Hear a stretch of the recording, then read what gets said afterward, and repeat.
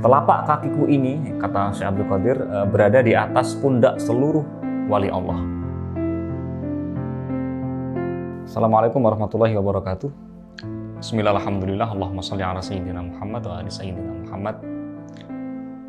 Kita semua tentu mengenal nama besar seorang wali, seorang soleh, orang suci yang namanya begitu harum, dikenal di seantero negeri, terutama di Indonesia. Hampir saban malam Jumat misalnya, ketika membaca Yasin, kita mengirim Fatihah salah satunya kepada nama beliau. Juga di kampung-kampung dibaca manaqib, ya, manaqib atau kisah-kisah yang baik tentang kesalehan dari sosok ini. Siapa itu? Tak lain adalah Syekh Abdul Qadir Al-Jilani. Syekh Abdul Qadir Al-Jilani adalah seorang soleh, seorang wali, seorang imam yang diakui, diterima, dan dihormati secara luar biasa, bukan hanya oleh kaum sufi, tapi juga oleh para ulama dari ahli fikih, ahli hadis, dan sebagainya. Syekh Abdul Qadir hidup di abad 11 Masehi, ya. Lahir pada tahun 470 Hijriah dan meninggal pada 561 Hijriah. Nama Syekh Abdul Qadir Al-Jilani, ya. Nisbat Al-Jilani ini menimbulkan diskusi di antara para ahli. Pada umumnya, kebanyakan menyatakan bahwa Al-Jilani dari kota Jilan atau Gilan yang terletak di selatan Laut Kaspia, yang bagian dari Tabaristan atau sekarang adalah Mazandaran di Iran. Artinya itu adalah wilayah Persia. Ya. Tetapi beberapa tahun yang lalu saya pernah mendapat kiriman buku dari seorang penulis yang adalah cicit kesekian dari Syekh Abdul Qadir Jilani, yaitu Dr. Jamaluddin Falih Al-Kilani. Beliau mengirimkan buku ke saya melalui message itu berjudul Jughrafiyatu Al-Bazil Ashhab, Geografi Syekh Abdul Qadir Al-Jilani. Salah satu gelar beliau adalah Al-Baz Al-Ashhab atau elang putih. Nah, beliau di situ menegaskan bahwa tentu melalui penelitian yang panjang bahwa Jilan di situ bukanlah Jilan yang ada di Mazandaran sekarang di Iran, bukan, tetapi adalah Jil al-Iraq, yaitu Jil, kota Jil atau Jilan yang ada di Irak, yang merupakan kota tua yang sudah sangat lama sekali dan dulu bagian dari Babel yang saat ini mungkin sudah hilang. Dan kalau ini kita terima, maka artinya cerita safar pertama Syekh Abdul Qadir, ya, dari kota Jil atau Jilan kemudian ke Baghdad itu cukup mudah dipahami karena cukup dekat, ya. Alhasil ini masih membuka satu peluang untuk mendiskusikan secara lebih serius, ya, tetapi ini mungkin akan dilanjutkan oleh orang-orang yang berminat. Nasab Syekh Abdul Qadir sering dirujukkan kembali atau merupakan keturunan dari Rasulullah melalui jalur Imam Hasan. Tetapi memang sesungguhnya kalau kita mengikuti perdebatan atau kajian ilmiah yang ada ikhtilaf di situ. Memang kalau mendasarkan kepada kitab misalnya At-Tahqiq Al-Jailani, kitab itu mengkonfirmasi bahwa Syekh Abdul Qadir memang nasabnya dari itrah Rasulullah SAW. Tetapi juga ada kritik yang menyatakan atau yang ingin memfalsifikasi nasab tersebut.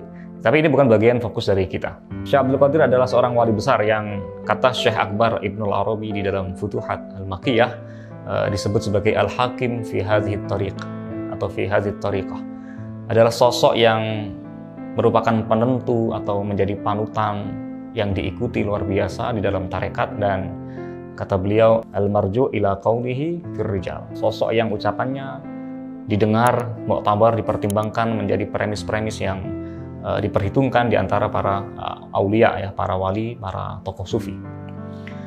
Syekh Abdul Qadir juga memiliki murid tentu saja banyak sekali, tetapi ada dua yang sangat menonjol di dalam tradisi tasawuf, ya. Satu adalah Ibnu Qaid Al-Awani yang masyhur, dan kedua adalah yang makamnya tinggi tetapi mastur, tidak dikenal, yaitu Abu Sa'ud Asy-Syibl. Kemudian juga kita mengenal ada ulama besar yang salah satu kitabnya di dalam fikih itu menjadi tonggak dalam fikih Islam, ya, yaitu Ibnu Qudamah, menulis kitab Al-Mughni. Ibnu Qudamah pernah belajar kepada Syekh Abdul Qadir Al-Jilani dalam waktu kira-kira 1 bulan 9 hari sebelum akhirnya Syekh Abdul Qadir meninggal dunia. Syekh Abdul Qadir Al-Jilani adalah seorang wali besar dan tentu bukan sembarang wali. Wali di sini saya maksudkan sebagai salah satu term khusus yang dihubungkan dengan maqamat, ya, dengan tingkatan-tingkatan spiritual tertentu terkait dengan pencapaian keruhanian seorang muslim. Kita semua sebagai pengikut Nabi Muhammad, sebagai orang beriman, tentu saja adalah wali, ya, dalam makna luas, dalam makna am, bukan makna khas, ya. Karena Allah juga berfirman, Allahu waliyul ladzina amanu yukhrijuhum minadh dhulumati ilan nur. Jika Allah menyatakan diri sebagai wali, sebagai kekasih bagi semua orang beriman, maka orang beriman adalah kekasih bagi Allah. Tetapi penggunaan kata wali dalam konteks yang sedang kita bicarakan ini adalah dalam makna khas, dalam makna khusus atau spesifik. Yakni wali dalam arti yang dihubungkan dengan pencapaian pada level spiritual tertentu. Syekh Abdul Qadir memiliki ketinggian maqam dan hal tertentu yang luar biasa.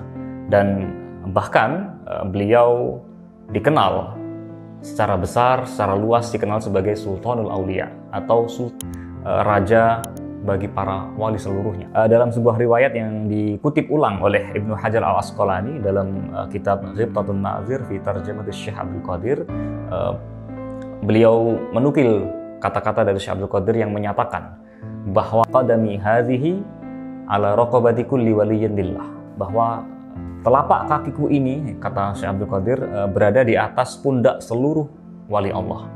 Itu menunjukkan ucapan yang bukan mengandung kesombongan, tapi ucapan untuk menunjukkan satu kenyataan tertentu, bahwa di situ Syekh Abdul Qadir mengatasi wali-wali Allah selebihnya. Ya.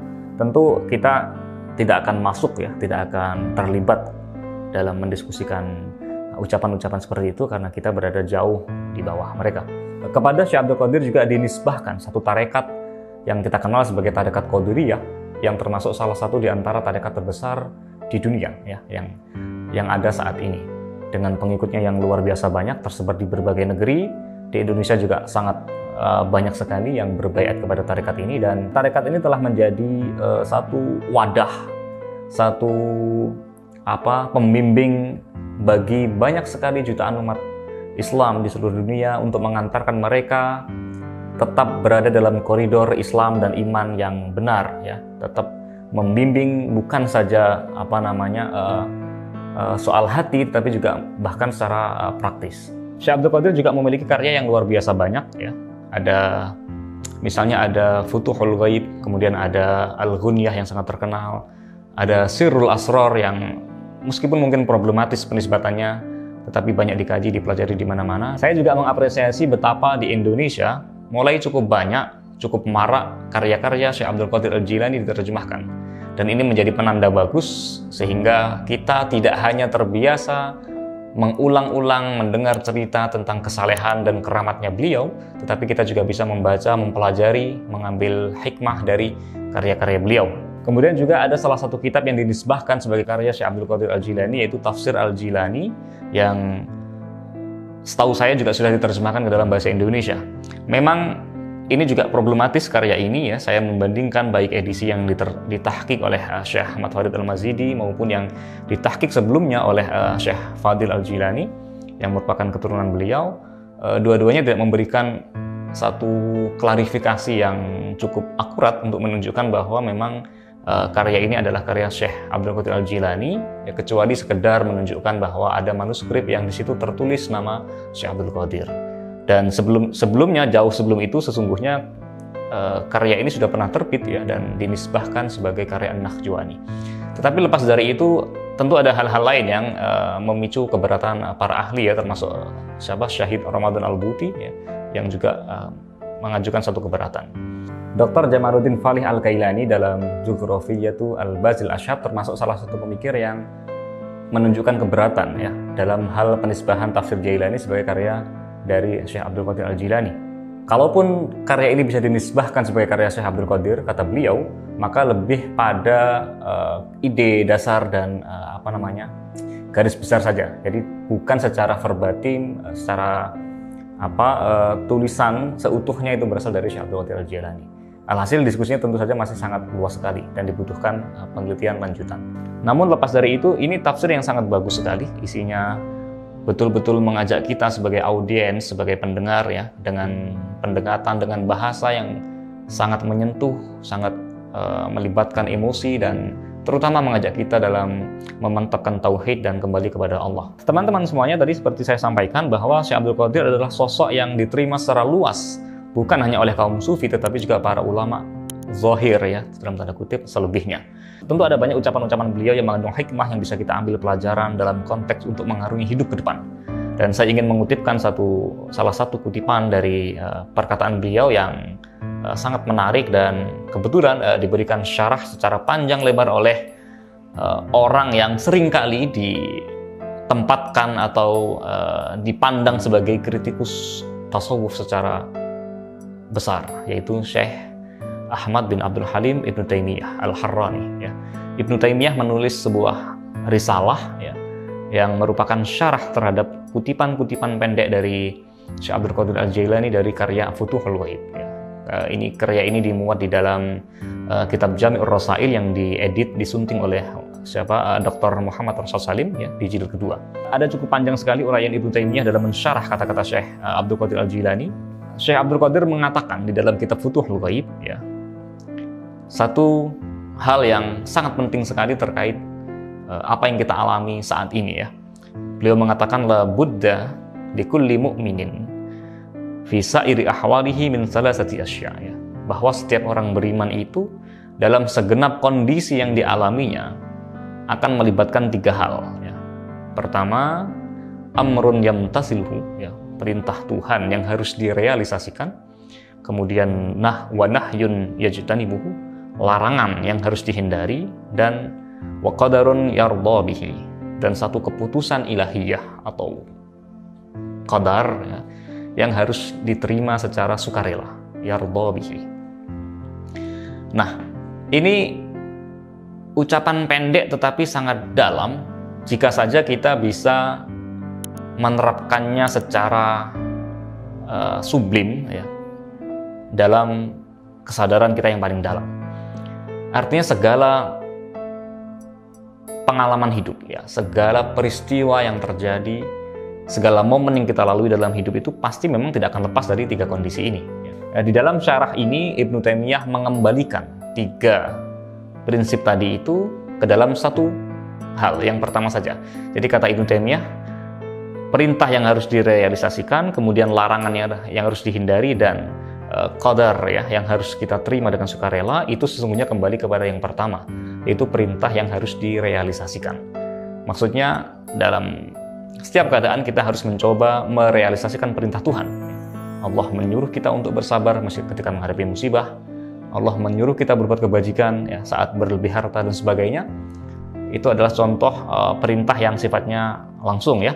Atau mungkin barangkali larangan ya. Allah melarang kita dari berbuat maksiat, mengurangi takaran, mengotori hati dan sebagainya. Atau di sisi lain ada kondisi ketika kita mengalami cobaan-cobaan dalam hidup ya, yang getir, pahit dan sebagainya. Di situ kita memilih sikap untuk menerima dengan sukarela ketetapan ilahi. Nah, dalam merealisasikan perintah ini, tadi karena Ibnu Taimiyah mengembalikan keduanya kepada yang pertama, kata Ibnu Taimiyah bahwa dalam merealisasikan perintah itu kita ditopang oleh dua hal ya. Pertama, harus dengan cinta ya. Harus dengan cinta ya, prinsip cinta, dan kedua adalah dengan i'anah ya. Dengan bantuan atau upaya untuk menegakkan perintah. Tetapi ada kondisi-kondisi yang terbebas dari dua keadaan tadi, yaitu kondisi mubah ya. Karena sesungguhnya ini spektrumnya luas ya, berbuat kebaikan itu bisa luas spektrumnya. Tetapi juga ada kondisi-kondisi mubah. Kondisi mubah ini kondisi yang katakanlah dipahami tidak terikat oleh perintah, tetapi juga terjebak di dalam larangan gitu. Nah, tentu saja kalau mengacu kepada uraian Ibnu Taimiyah ya, di sini terjadi spektrum bahwa seharusnya kita bisa memaknai, memberikan makna kepada perbuatan mubah itu dengan niat baik, maka dia bergeser menjadi baik ya, meskipun asalnya mubah. Atau tidak diniati dengan kebaikan, jadi mubah terjadi begitu saja ya, di dalam ghaflah, di dalam kelalaian kita, maka ini derajatnya orang yang muqtasid, orang tengah-tengah. Atau kalau jangan sampai misalnya mubah sudah bergeser lebih dekat kepada sesuatu yang haram. Ini yang mungkin secara hierarki dia lebih rendah dibanding yang di atasnya. Oke. Nah, di sini poin yang ingin saya garis bawahi adalah bahwa kita bisa sesungguhnya melihat dengan cara pandang yang berbeda. Saya ingin mengajak Anda untuk mengacu atau belajar kepada prinsip yang dikembangkan dalam ajaran Syekh Akbar Muhyiddin Muhammad Ibn Al-Arabi, bahwa kita ingin memahami mubah itu bukan sebagai satu wilayah, satu bidang yang keputusannya diserahkan kepada kita sebagai mukallaf, bukan, tetapi bahwa mubah ini adalah satu bidang, satu wilayah yang sesungguhnya diserahkan oleh Allah. Jadi Allah yang memberikan kepada kita. Maka kewenangannya ada pada Allah. Ya. Ini saya kira berbeda. Jadi ketika kita menyatakan kehambaan kita secara genap, secara murni, maka sesungguhnya aspek rububiyah seharusnya sudah hilang dalam diri kita. Kalau kita masih punya semacam merasa bahwa ini adalah mubah ada di bawah otoritas saya sebagai subjek mukallaf, artinya mubah itu berada di dalam kontrol saya.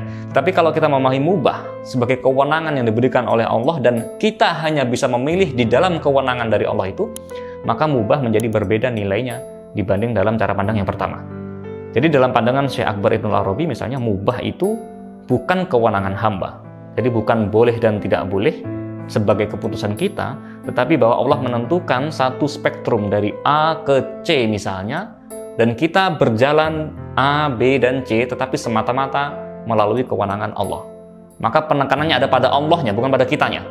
Nah, saya kira kalau mubah kita pahami dalam perspektif ini, maka sesungguhnya tadi dalam segala pengalaman hidup yang kita jalani, dan kita ingin menerapkan ajaran dari Syekh Abdul Qadir Al-Jilani, kita akan mendapatkan satu, katakanlah nilai, satu ganjaran, satu pahala yang menjadi berbeda gitu ya, jika kita memaknainya dari perspektif yang diacu atau dianut oleh Syekh Akbar Muhyiddin Ibnul Arabi. Alhasil teman-teman semuanya, mari saya mengajak kepada diri saya dan Anda semuanya, mari kita pelajari buku-bukunya yang juga sudah banyak telah diterjemahkan ke dalam bahasa Indonesia, dan dengan tetap ya mengagumi beliau, dengan tetap membaca manaqibnya, dengan tetap mengirimkan Fatihah di setiap malam Jumat dan sebagainya, mari kita bergeser sedikit ya, dengan terutama lebih mergu ajaran-ajaran hikmah-hikmah yang beliau ucapkan dari berbagai karyanya, sehingga dengan itu terjadi ikatan emosional, terjadi ikatan intelektual yang lebih bermakna dan lebih dalam lagi. Terima kasih. Assalamualaikum warahmatullahi wabarakatuh.